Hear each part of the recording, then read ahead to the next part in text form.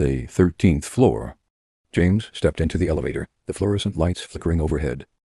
It was late, and he was exhausted from a 12-hour shift.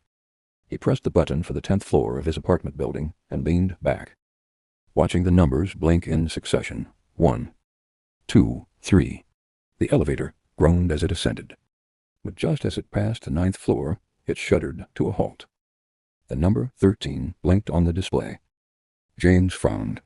His building didn't have a 13th floor, he was certain of it. The doors slid open with a soft chime.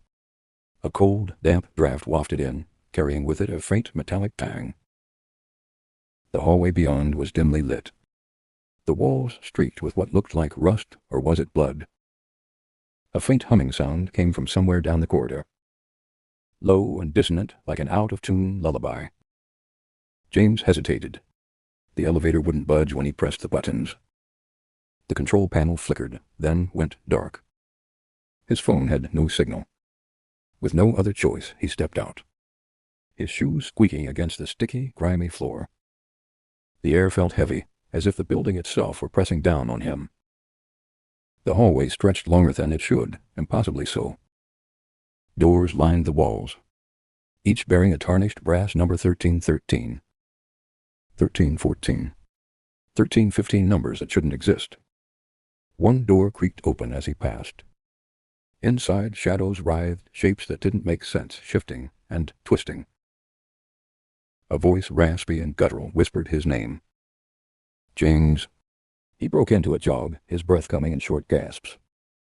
The end of the hallway seemed to retreat further away with each step. His heart pounded as he glanced over his shoulder. Shadows spilled into the hallway, pooling and stretching toward him. He spotted a stairwell door at the far end, marked with a faded exit. Relief surged through him, and he sprinted, ignoring the whispers that grew louder and more insistent. James, don't leave us. The door felt icy under his hand. He shoved it open and stumbled through, expecting the familiar stairwell. Instead, he was back in the elevator. The doors shut behind him, and the buttons lit up. The elevator hummed to life and descended, bypassing his floor entirely.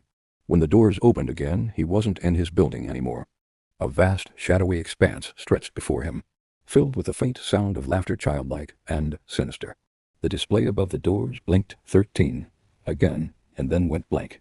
The doors slid shut behind him, trapping him in a place that didn't exist. And James was never seen again.